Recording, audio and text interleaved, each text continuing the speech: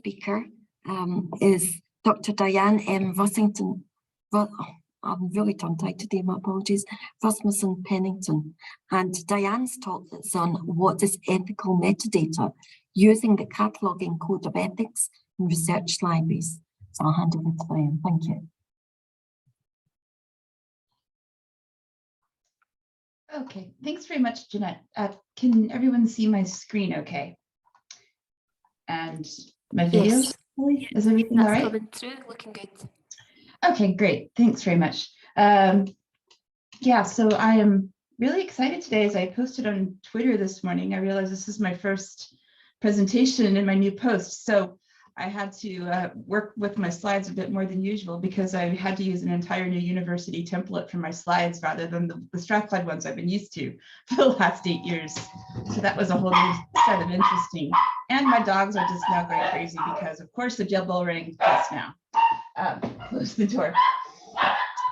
So going back to the idea, first of all, of ethical metadata. So I'm going to talk about what this means conceptually, first of all, and then go into the Cataloging Code of Ethics, and then ultimately some thoughts that I have around, as a former academic librarian, about what to do in academic and research libraries, not just for those of us who deal directly with metadata and cataloging, but just for good EDI considerations in general.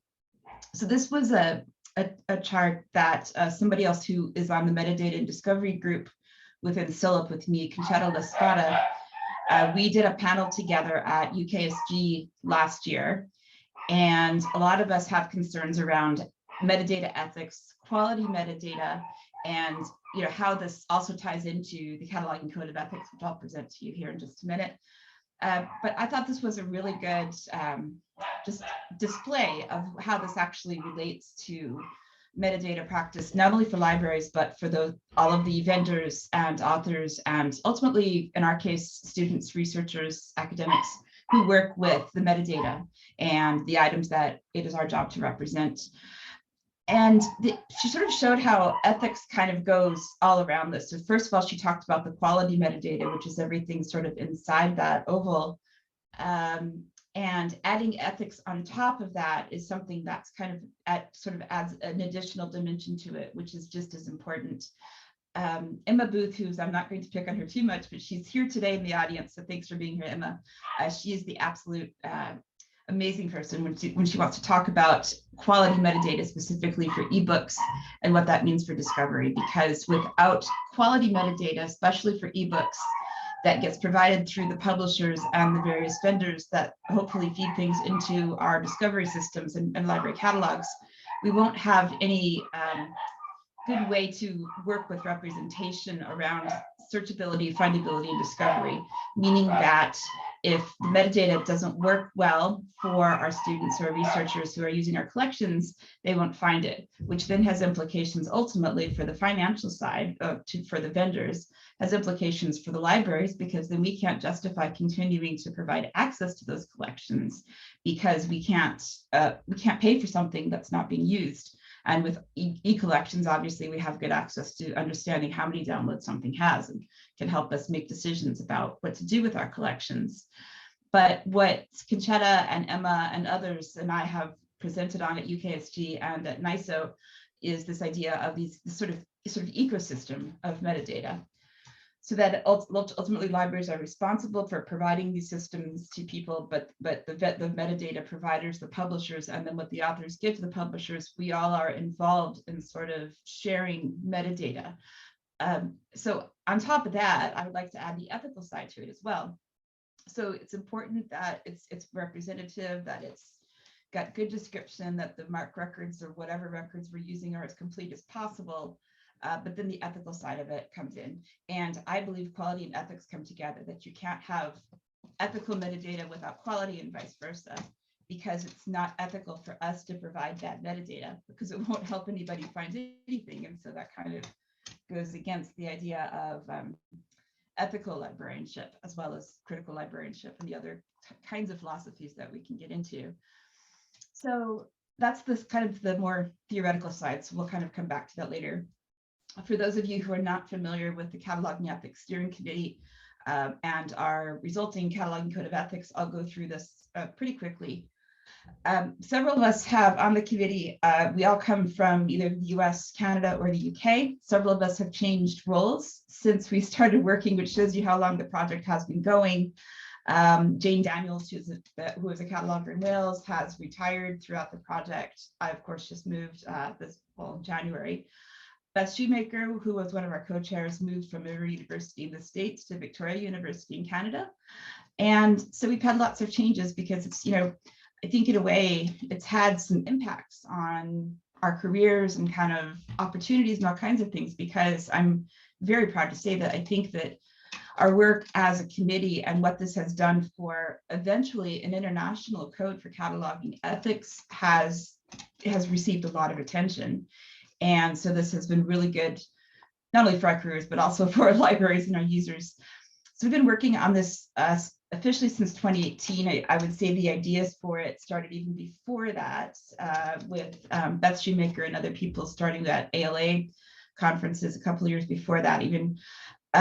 So ultimately we released the final version, and I think it's always going to be a working document. It still is now. I can't say that it's done, that's it, but it's going to continue to evolve. I believe it may not be us, but it may be EFLA and other places.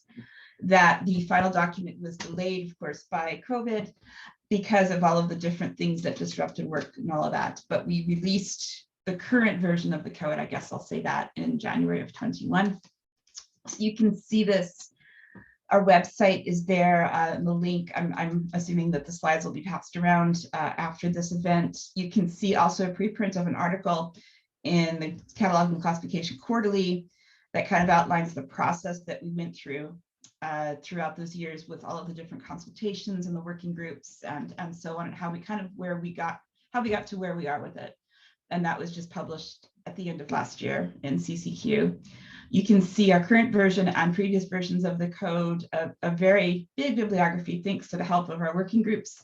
Some of the presentations that we've done, we've talked to a lot of different groups, including last year for Pride Month. We spoke to the LGBTQ plus network for CILIP. We spoke to a group of international librarians within CILIP. We've done presentations for sections of American Library Association. We've done sections for things for people in Canada. And so this has really, as said, gained quite a bit of interest in the past few years, but I think it really just shows the need for it. And what we hear a lot from people is that even people who do cataloging, they don't realize, oh yeah, there is an ethical side to it, because it's not something that has been taught in schools and obviously has not been traditionally practiced in libraries, because it's just a different way to think about things. But one thing that I have found encouraging over teaching cataloging, especially these past few years, is students are becoming more and more aware of this. So for example, this has changed over time just recently, but one of the rules that we had to teach, if we were creating a record about an author or a creator, you're required to record gender, and gender only had two options, male or female. And so students would say, well, that's not really, how is that required, and why is there only two options? That's not exactly inclusive. So students are starting to see these things, and so it's made it much easier, I guess I would say, now that I have this code to talk about when I teach cataloging, because students are understanding, okay, this is helpful, this is going to make a difference. Just quickly, you can see this on the website yourself, but the structure is just basically an introductory statement talking about the scope of it, which is about looking at ethical situations in local contexts. So we realize that not every country, every library, every set of users in the world is going to have the same needs. But unfortunately, our systems that we use in cataloging and in libraries are not necessarily reflective of that. So we're hoping that's going to be a tool not just for librarians, but also for vendors, for students, for educators, for employers. And although I'm focusing on the EDI part of the code today, obviously for today's talk, there's also a lot about workplace environments. So the idea of outsourcing cataloging, for the idea that catalogers don't need to be professionals, that people can do anything with a catalog just because they have a library degree without any sort of specialized knowledge. The area of metadata is huge, and those of us who do this work don't necessarily get proper credit for the amount of immense knowledge and how broad it is. And so there's issues in there about workplace treatment and as well as EDI and some of the other things. But specifically around EDI, there are 4 statements in the code that emphasize this. We commit to describing resources without discrimination, whilst respecting the privacy and preferences of their associated agents. We acknowledge that we bring our biases to the workplace. Therefore, we strive to overcome personal, institutional, and societal prejudices in our work. We recognize that interoperability and consistent application of standards help our users find and access materials. However, all standards are biased. We will approach them critically and advocate to make cataloging more inclusive. We insist on diversity, equity, and inclusion in the workplace. We promote education, training, equitable pay, and a fair work environment for everyone who catalogs so that they can continue to support search and discovery. There was a whole working group and a certain member who liaised with the working group on workplace settings. And so it was really, we felt like we can't insist on diversity, equity, and inclusion within our practices if we're not treated the same way as staff who are responsible for metadata. We've had a range of endorsements for the past couple of years. The first one was ALA, who endorsed it in November of 2021, and they have put it in their repository, which you can see at that link. The CILIPS trustee board endorsed the code in March of 2022, and there's a link there to an article in Information Professional that came out after the endorsements. And we have been trying to get the code added to the CILIPS Ethics Hub so that it's another resource for information professionals in the UK or those who use the CILIPS website. In Canada, there's been more of a grassroots approach within a bilingual environment. So because Canada has 2 official languages, they wanted to take a look at how this influences, like, not only just translating it into French, but also how the needs of people who speak French and the Francophone community in general might be, have different considerations, and just to sort of look at that sort of at the sort of lower levels, not just at the top, but they don't, the sort of Francophone communities and as well as the English speaking communities, and as well in Canada. We do have a Greek translation of the code, which is available on our website, and we have been contacted by other places who either were wondering if they could translate it for us or asked if we have plans to translate it into other languages. So that's kind of ongoing. In December 2022, Jane Daniels, who's one of our members on the committee, put in an item into IFLA's metadata newsletter, which you can read there. And we're hoping that this is going to be the next step, which is to have IFLA consider this at the international level and see, can we do an international code of ethics beyond the fact that we're aware of the fact that those of us who wrote the code come from 3 Western primarily English-speaking countries. And what does this mean for international practice, and what can we do? OCLC released a report in April of last year, in which they cited the code, which of course we're very excited about, but it does make a lot of points. And if you haven't seen this, I would suggest taking a look at it, because it does give a lot of good guidance on practice for how we can be more inclusive in our descriptive practices, which then, of course, as I'll talk about in a minute, influences all of us in libraries.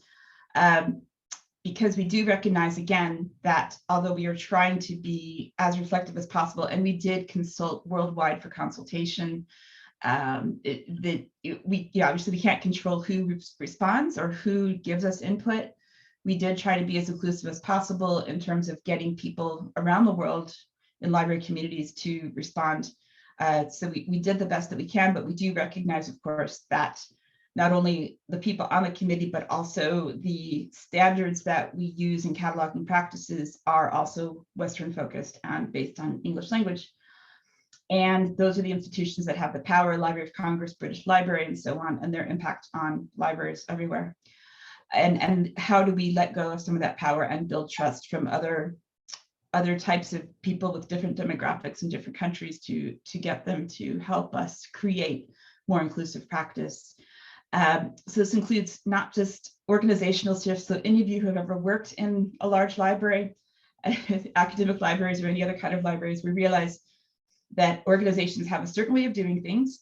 And how many times have we heard, that's just the way we do it. That's just how things are done. And it's really hard to make change happen unless it happens at that organizational level. So even though individually we might feel that change needs to happen, what needs to happen overall is going to be what makes the biggest difference, I think, in terms of whether this actually happens. And so even though we can make individual changes and recommendations organizationally, if it doesn't happen, it's not going to happen. And so then how that influences our development as a staff of an individual library collectively, as well as personally, and how we reflect on our own practices. We have asked for case studies. We have gotten a few of people who either have used the code in their everyday library practice or thought they could have used it but didn't have it. And this was one example that was submitted. I just chose this one because this was more on a sort of an academic research library approach, where they were looking at, basically they rewrote the entire history classification at this one university. It was an in-house history classification scheme, which had a very European focus. And so they worked with the students and the academics at the university to recreate the classification.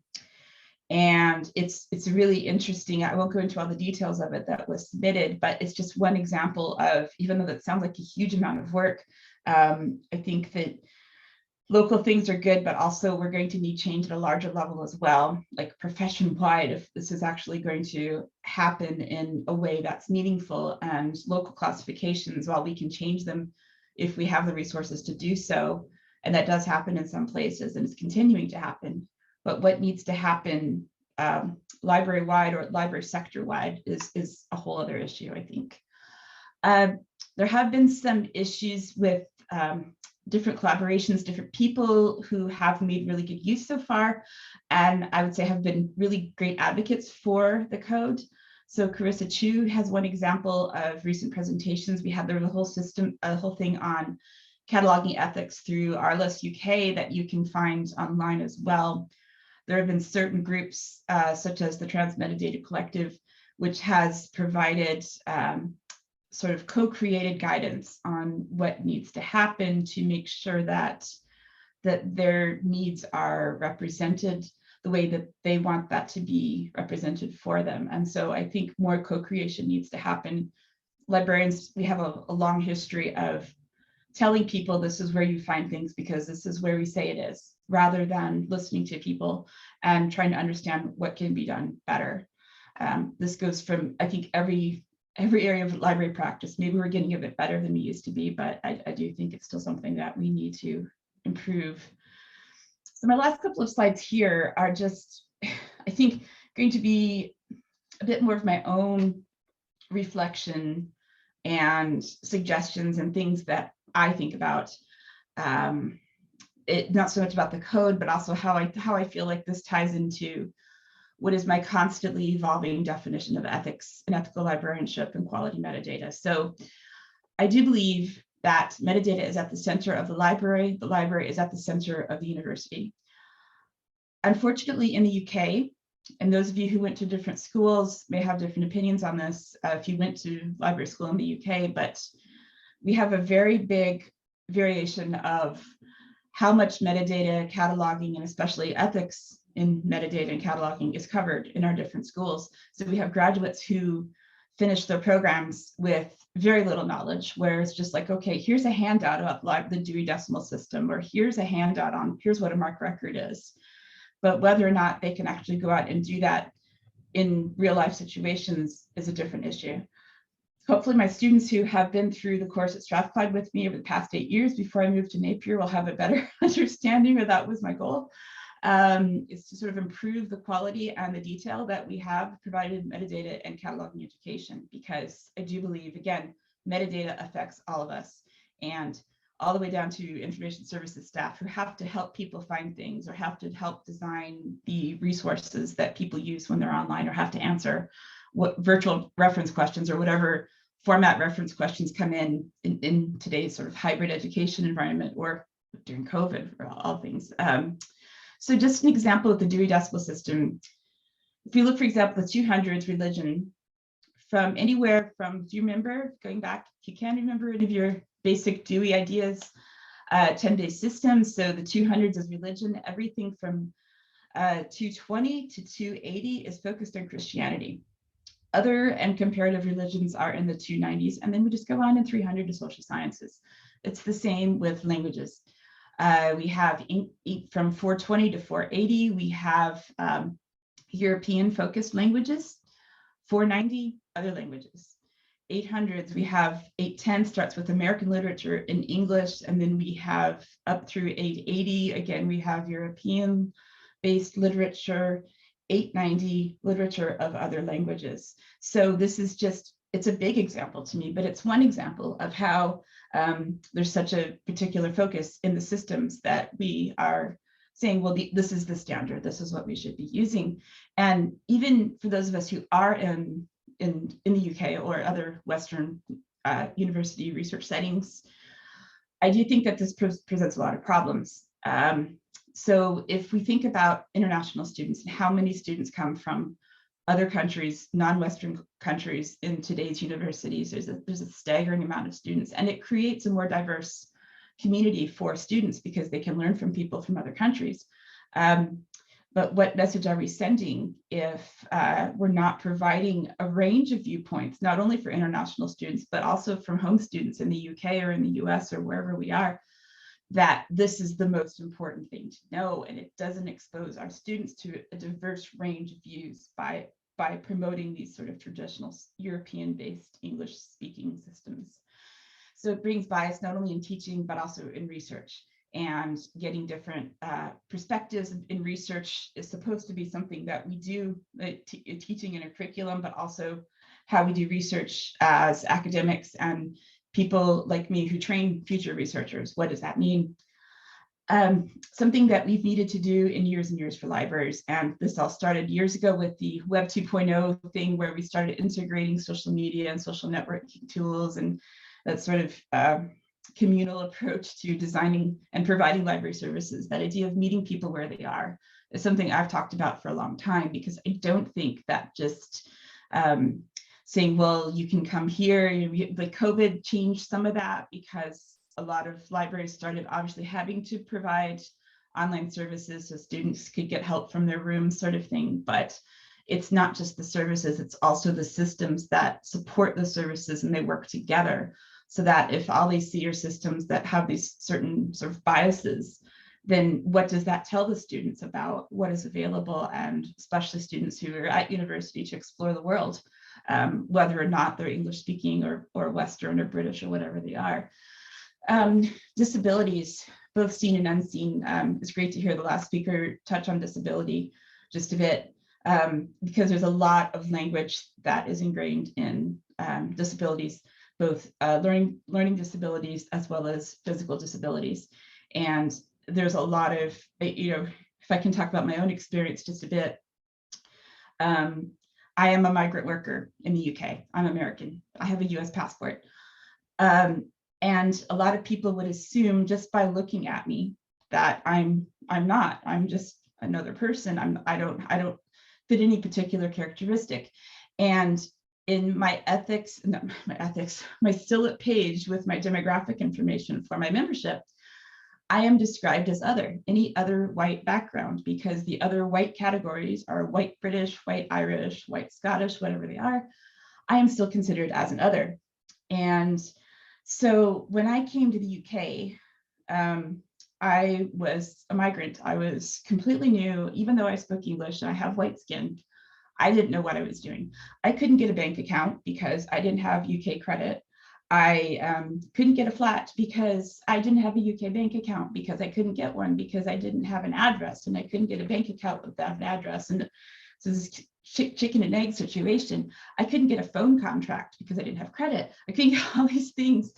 And so Rachel Susano, who's a PhD student at Napier, who's just doing her corrections now for her PhD, she interviewed library migrant workers for her PhD. And one of the things that they told her apparently was that, even Rachel's American as well and did her PhD work here in Scotland, they told her that you'll understand what it's like to be, even if they had refugee status, that she would still understand them better than someone who has lived in the UK their entire life, because she was still a migrant worker. Dementia is another one that I'm particularly aware of, as well as other labels that we give to disabilities. My father passed away of dementia in 2010. He was only 67. So when I see that senile dementia is still an officially recognized Library of Congress subject heading, I see that as a problem. But we can see that not only in our systems, but also in our societal views. So how many people have you heard joke, it's terrible, but you still hear people, oh, I left something at home. Oh, I must be going senile. Ha, ha, ha, that's so funny. I don't find it funny. I have difficulty with the fact that we do these things as well.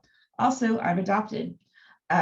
When people say, but you have a different color hair or a different shaped nose than your parents, you must be adopted. Oh, that's so funny. No, that's not funny either. And so people have different reactions to different things depending on their characteristics. And I also want to make sure that as we think about these things, that we're not choosing certain characteristics to protect, that we need to think about inclusion in a even more open way than we do currently, that things that we might just take for granted because to us they're just part of life are things that still need to be considered in a way that we consider things that might be more immediately obvious to us. So just to leave you with a final thought here around neutrality and social justice, alternative views, there are a lot of people in critical and radical librarianship who say that we should be fighting for social justice. And I'm certainly not saying that we shouldn't be, but I do want to suggest here that we don't go too far into the social justice side of things, that we forget that we are meant to provide access to everyone.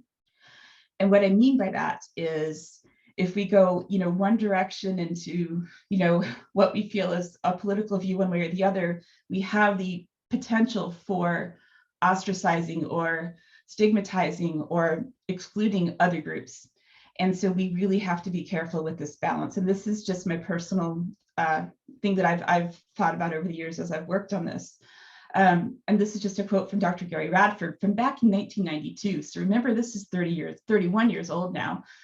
The library is seen as a dynamic site for the possibility of new knowledge, as well as a passive storehouse that provides access to individual facts. The library community is encouraged to consider such alternative views of knowledge as potential basis for viewing the modern library experience. So just because we hold one set of views about one particular issue or something else doesn't mean that it's somebody else's view. So I don't have the answer to this yet. I don't know if there is a right or wrong answer, but I do think that we need to be aware of the fact that our CILIPS ethical code, as well as the LA's code, asks us to make sure that we are providing access to everyone for everything. And that for us to make too many choices or impose systems like the Dewey system, by the way, Dewey was a misogynist. If you don't believe me, look it up. He was a terrible person. That we need to be careful about how things are presented, and that we try to figure out as we go forward how to be social justice advocates while also maintaining the fact that we have a wide variety of people that we can potentially serve in our library, and that we need to consider this in our professional practice going forward. So thank you very much. Hope that was okay. Diane, that was tremendous. And thank you for a very rich presentation. I think there's going to be so much for us to follow up. I've got a page full of notes from your presentation already. Really fantastic. I did not introduce